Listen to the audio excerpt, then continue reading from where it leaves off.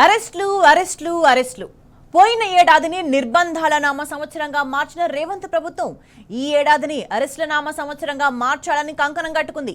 అందుకే పండగ పూట కూడా అటు నాయకులను ఇటు పోలీసులను నిద్రపోనివ్వలేదు.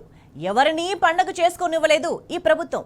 కౌశిక్ రెడ్డిని అక్రమంగా అరెస్ట్ చేయించి నానా హంగామా సృష్టించారు.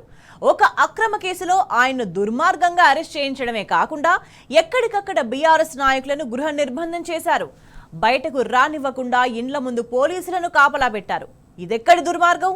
ఇది ప్రజాపాలన కాదు, ముమ్మాటికి ప్రజా వ్యతిరేక పాలనే. తనను నియోజకవర్గానికి వెళ్లనీయకుండా కౌశిక్ రెడ్డిని ఇంత దారుణంగా గృహ నిర్బంధం చేయడం అప్రజాస్వామికం, అరాచకం.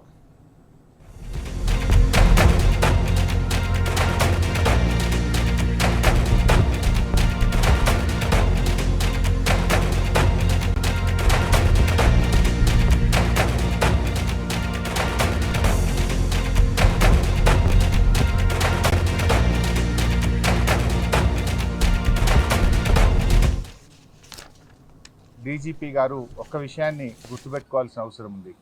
రాజకీయ ప్రేరేపితమైనటువంటి కేసుల్లో మీరు తొందరపడి కేసులు నమోదు చేయడం, బెయిలబుల్ సెక్షన్స్లో కూడా అర్ధరాత్రి పూట అరెస్ట్ చేయడము, రాత్రంతా పోలీస్ స్టేషన్లో కూర్చోబెట్టడము, ఉదయాన్నే కోర్టుకు వెళ్తే బెయిల్ వచ్చింది. ఇది చాలా సర్వసాధారణం అయిపోయింది.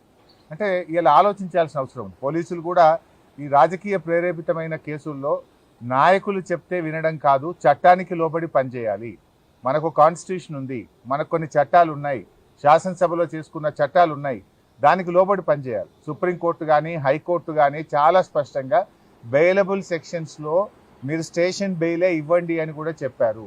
మీరు బెయిలబుల్ సెక్షన్స్లో కావాలని అంత పండగ పూట ఆ రాత్రి పూట ఏదో పెద్ద డెకాయిట్నో ఒక టెర్రరిస్ట్ను అరెస్ట్ చేసినట్టు 30-35 మంది పోలీసులు కౌశిక్ రెడ్డి మీద పడి అరెస్ట్ చేయడము, ఆయనను తీసుకువెళ్ళి కరీంనగర్ పోలీస్ స్టేషన్లో రాత్రంతా దోమలు కుడతా ఉంటే మీరు పోలీస్ స్టేషన్లో కూర్చోబెట్టారు. ఏం అవసరం ఉంటే రాత్రంతా కూర్చోబెట్టాల్సింది? పండుగ తెల్లారి మీరు అంత కావాలంటే అరెస్ట్ చేయడానికి ఏమైనా ఇబ్బంది ఉన్నదా? ఏమైనా అడ్డంకులు ఉన్నాయా? ఆయన ఏమైనా పారిపోతాడా? ఆయన ఒక గౌరవ ప్రజాప్రతినిధి కదా. ఈ రాష్ట్రంలో శాంతి భద్రతలు అనేవి అసలు ఉన్నాయా? Law and order మచ్చుకైనా కనిపిస్తోందా? పోలీసులేమో సర్కారు వారి సేవలో తరిస్తున్నారు. ఎవరిని అరెస్ట్ చేయమంటే వాళ్ళను అరెస్ట్ చేస్తున్నారు. ఎఫ్ఐఆర్లు కూడా గాంధీ భవన్లోనే రెడీ అవుతున్నాయి. శాంతి భద్రతలను, పౌర హక్కులను కాపాడాల్సిన ప్రభుత్వం ప్రజాప్రతినిధులపై కర్కశంగా వ్యవహరిస్తోంది.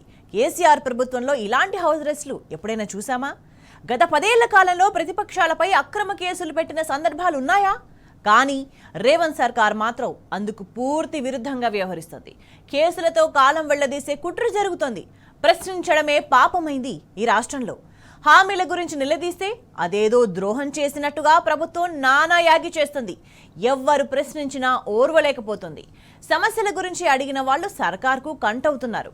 అదే క్రమంలో బీఆర్ఎస్ ఎమ్మెల్యే పాడి కౌశిక్ రెడ్డిని రేవంత్ సర్కార్ మరోసారి టార్గెట్ చేసింది. వరుసగా ఆయన మీద కేసులు నమోదు చేసి అరెస్టులు చేయిస్తోంది.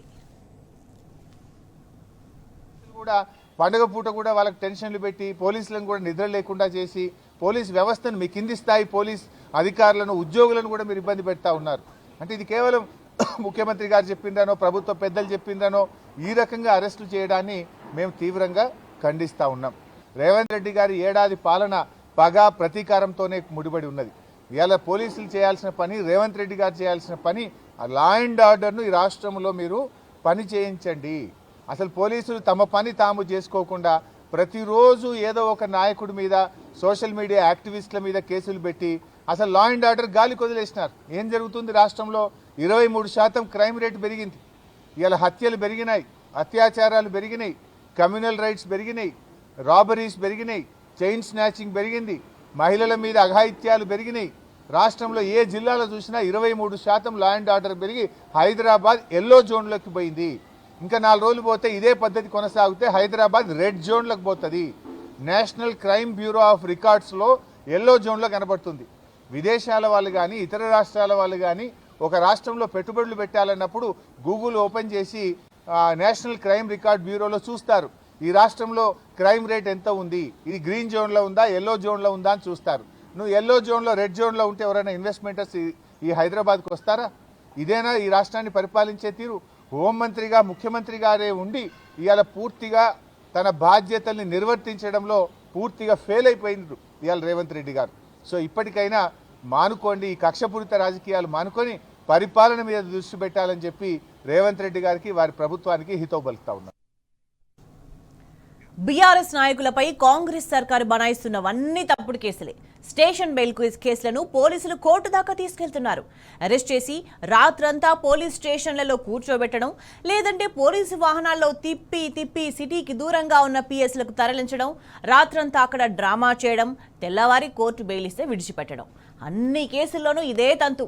వరుసగా న్యాయస్థానాల్లో ఎదురు దెబ్బలు తగులుతున్నా కూడా ఈ ప్రభుత్వానికి సోయి రావట్లేదు.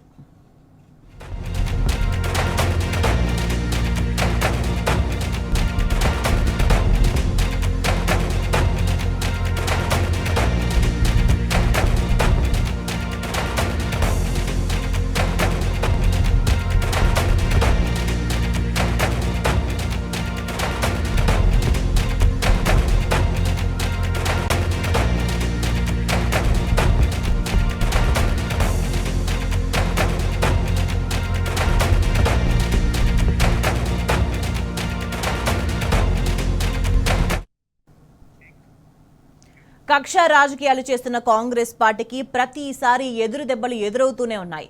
లేటెస్ట్ గా కౌశిక్ రెడ్డి అరెస్ట్ విషయంలో కూడా ప్రభుత్వానికి మళ్లీ పరాభవమే ఎదురైంది. కౌశిక్ రెడ్డి మీద రేవంత్ సర్కార్ చేసిన కుట్రలు భళ్లున బద్దలయ్యాయి. అక్రమంగా అరెస్ట్ చేసి జైలుకు పంపాలి అని చూసిన పన్నాగం ఫలించలేదు. కౌశిక్ రెడ్డికి న్యాయస్థానంలో బెయిల్ లభించడంతో సర్కార్ గొంతులో పచ్చి వెలక్కాయపడ్డట్టయింది. పాలనా వైఫల్యాలపై, ఎన్నికల హామీలపై ఎప్పటికప్పుడు రేవంత్ సర్కార్ను నిలదీస్తూ వస్తున్నారు బీఆర్ఎస్ ప్రజాప్రతినిధులు, నాయకులు. దాంతో వాళ్ల మీద ఈ ప్రభుత్వం కావాలనే కక్ష కడుతోంది. రేవంత్ రెడ్డి ప్రభుత్వం రాకముందు కౌశిక్ రెడ్డి గారి మీద ఒక్క కేసు కూడా లేదు. ఈ కేసులన్నీ ఎప్పుడు పెట్టినారు? ప్రశ్నిస్తా ఉన్నాడు కౌశిక్ రెడ్డి. ప్రజల పక్షాన, బీఆర్ఎస్ పార్టీ పక్షాన రేవంత్ రెడ్డి ప్రభుత్వాన్ని ప్రశ్నిస్తున్నాడు కనుక ఆయన మీద ఈరోజు మీరు అక్రమ కేసులు పెట్టారు. ఈ 28 కేసులు కూడా మీరు పెట్టినటువంటివే. ఒక కౌశిక్ రెడ్డే కాదు కదా, ఈ రాష్ట్ర ప్రజలందరూ కూడా అడుగుతూనే ఉంటారు. ఈ 10 మంది శాసనసభ్యులు పార్టీ మారిన ప్రతి ఒక్కరిని అడుగుతూనే ఉంటారు. నిజంగా డెఫినెట్గా కౌశిక్ రెడ్డి ప్రశ్నించడంలో తప్పు లేదు. అంత మాత్రాన ప్రశ్నిస్తే 3 కేసులు పెట్టారా? ఒక సంఘటన మీద, ఒక ఇష్యూ మీద 3 డిఫరెంట్ ఫిర్యాదులు ఇచ్చి 3 కేసులు నమోదు చేయడంలోనే మీ ఆతృత కనబడతా ఉంది, మీ యొక్క కక్ష సాధింపు చర్యలు కనబడతా ఉన్నాయి. ఒక్క రోజైనా కౌశిక్ రెడ్డిని జైల్లో పెట్టాలనేటువంటి ఒక పగ, ప్రతీకారంతో జరిగినటువంటి అరెస్టే తప్ప ఇంకోటి కాదు. బీఆర్ఎస్ నాయకులు అడుగుతున్న ప్రశ్నలకు సమాధానం చెప్పలేకని సీఎం రేవంత్ అణచివేత చర్యలకు పాల్పడుతున్నాడు. ఎప్పుడు దొరుకుతారా, ఎప్పుడెప్పుడు జైల్లో పెడదామా అని ఆబగా ఎదురు చూస్తున్నాడు. ఆ క్రమంలోనే బీఆర్ఎస్ వర్కింగ్ ప్రెసిడెంట్ కేటీఆర్ ను టార్గెట్ చేశారు. తలా తోకా లేని ఫార్ములా ఈ కేసులో కేటీఆర్ ను అరెస్ట్ చేయించడానికి రేవంత్ శతవిధాలా ప్రయత్నిస్తున్నాడు. సీఎంఆర్ఎఫ్ చెక్ల విషయంలో మాజీ మంత్రి హరీష్ రావును కూడా టార్గెట్ చేస్తే అది కాస్త బూమరాంగ్ అయింది. ఫోన్ టాపింగ్ వ్యవహారం కూడా బెడిసి కొట్టింది. అందుకే సందర్భం వచ్చినప్పుడల్లా బీఆర్ఎస్ నేతలపై ఏదో ఒక అక్రమ కేసు బనాయిస్తున్నారు. బీఆర్ఎస్ నేతలు పట్నం నరేందర్ రెడ్డి, క్రిషాంగ్, గెల్లు శ్రీనివాస్ యాదవ్, ఎర్రోళ్ల శ్రీనివాస్తో పాటు కొనతం దిలీప్ లాంటి వారిపై కూడా అక్రమ కేసులు పెట్టి వేధించాలని చూశారు. పార్టీ మారిన వారిని ప్రశ్నించాలి అని చెప్పిన మహానుభావుడెవరని సూటిగా నిలదీశారు కౌశిక్ రెడ్డి. నేను పోయినప్పుడు అడిగింది ఏందాడ, అసలు రైతులకి మీరు రైతు భరోసా వచ్చిన 100 రోజుల్లోనే ఇస్తామన్నారు. కేసీఆర్ గారు కేవలం మీకు 10,000 రూపాయలు బిచ్చమేసినట్టు ఇస్తా ఉన్నారు. నేను 15,000 ఇస్తా అని చెప్పి రేవంత్ రెడ్డి గారు వారి 6 గ్యారెంటీలో పెట్టిర్రు. మీరు ₹1 మీరు ప్రభుత్వానికి వచ్చి సంవత్సరం 2 నెలలు అవుతుంది, కానీ మీరు ₹1 కూడా మీరు ఇప్పటిదాకా రైతు అకౌంట్లో డబ్బులు వేయలేదు అని నేను అడిగింది ఏమన్నా తప్పు ఉందా? 50% మాత్రమే రుణమాఫీ అయింది, ఇంకా 50% రుణమాఫీ కాలేదు. మమ్మల్ని కిందికి పోతే రైతులు అడుగుతూ ఉన్నారు, రైతు బంధు రైతు భరోసా వేస్తామన్నాడు, వేయలేదు. రైతు రుణమాఫీ చేయలేదు. మరి 2 ఖచ్చితంగా చేయండి అని నేను మా హుజురాబాద్ నియోజకవర్గ రైతాంగ పక్షాన మరియు ఉమ్మడి కరీంనగర్ జిల్లా రైతుల పక్షాన, తెలంగాణ రైతుల పక్షాన నేను అడిగింది ఏమన్నా తప్పుందా ఇలా నేను అడుగుతా ఉన్నాను. నన్ను అంటుండు ప్రశ్నించుర్రి అన్నాడు. ఎస్, నేను ప్రశ్నించిన. నాకు ప్రశ్నించమని చెప్పిన ఆదర్శం ఎవరు? రేవంత్ రెడ్డి గారు కదా. రేవంత్ రెడ్డి గారే చెప్పారు కదా, ఎవడైతే పార్టీ మారిలో వాళ్ళని లేచి ప్రశ్నించాలి, వాళ్ళని రాళ్లతో కొట్టి చంపాలి అని చెప్పింది ఎవరు? ఇది రేవంత్ రెడ్డి గారు కాదా? కాంగ్రెస్ ఏడాది పాలనపై ప్రజల నుంచి తీవ్రమైన వ్యతిరేకత వ్యక్తమవుతోంది. హామీలేవీ అమలు కాకపోవడంతో జనం మంట మీదున్నారు. అందుకే తప్పించుకు తిరుగువాడు ధన్యుడు సుమతి సూత్రాన్ని ఫాలో అవుతోంది రేవంత్ సర్కార్. జనం పక్షాన బీఆర్ఎస్ పోరాడుతుండడంతో రేవంత్ ప్రభుత్వానికి కాళ్ళు చేతులు ఆడట్లేదు. బీఆర్ఎస్ ఇట్లానే పోరాడితే తమకు ముప్పు తప్పదు అని భావించి కాంగ్రెస్ పాలకులు ఈ అక్రమ కేసుల డ్రామాలాడుతున్నారు. ఏదో ఒక కేసులో బీఆర్ఎస్ నాయకులను ఇరికించి గొంతు నొక్కాలి అని చేసే కుట్ర ఇదంతా. అక్రమ అరెస్టు చేసి జైలుకు పంపితే ప్రధాన ప్రతిపక్షానికి వాయిస్ ఉండదు అనేది కాంగ్రెస్ పన్నాగం. అయితే ఎన్ని కేసులు పెట్టినా బీఆర్ఎస్ పార్టీ అదరడం లేదు, బెదరడం లేదు.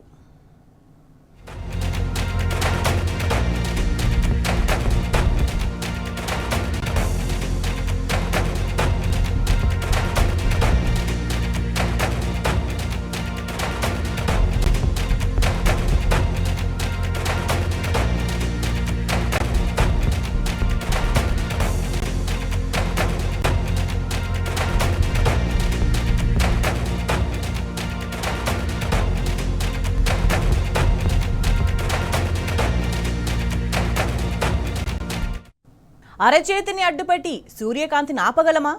కాంగ్రెస్ పెట్టిన ఈ అక్రమ కేసులు కూడా అంతే, నిలబడవు.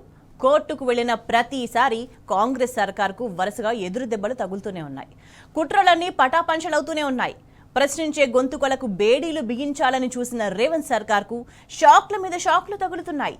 అధర్మానికి ఆయువు తక్కువ అంటారు. కాంగ్రెస్ సర్కార్ బెదిరింపులు ప్రశ్నించే గొంతులను ఆపలేవు. కేసులకు భయపడే టైప్ కాదు బీఆర్ఎస్ పార్టీ. కేసులు, జైళ్లు బీఆర్ఎస్ నాయకులకు కొత్తేమీ కాదు. ఉద్యమ కాలంలో వందలాది కేసులను ఎదుర్కొన్న చరిత్ర వాళ్లది. ఇలాంటి కేసులతో బీఆర్ఎస్ మరింత స్ట్రాంగ్ అవుతోంది. గులాబీ పార్టీలో పోరాట పటిమ మరింత పెరుగుతోంది. ఆధారాలు లేని కేసులు ఆత్మస్థైర్యాన్ని దెబ్బతీయలేవు. ఎవరెన్ని విషపు కుట్రలు చేసినా అంతిమ విజయం ధర్మానిదే. రాసి పెట్టుకోండి.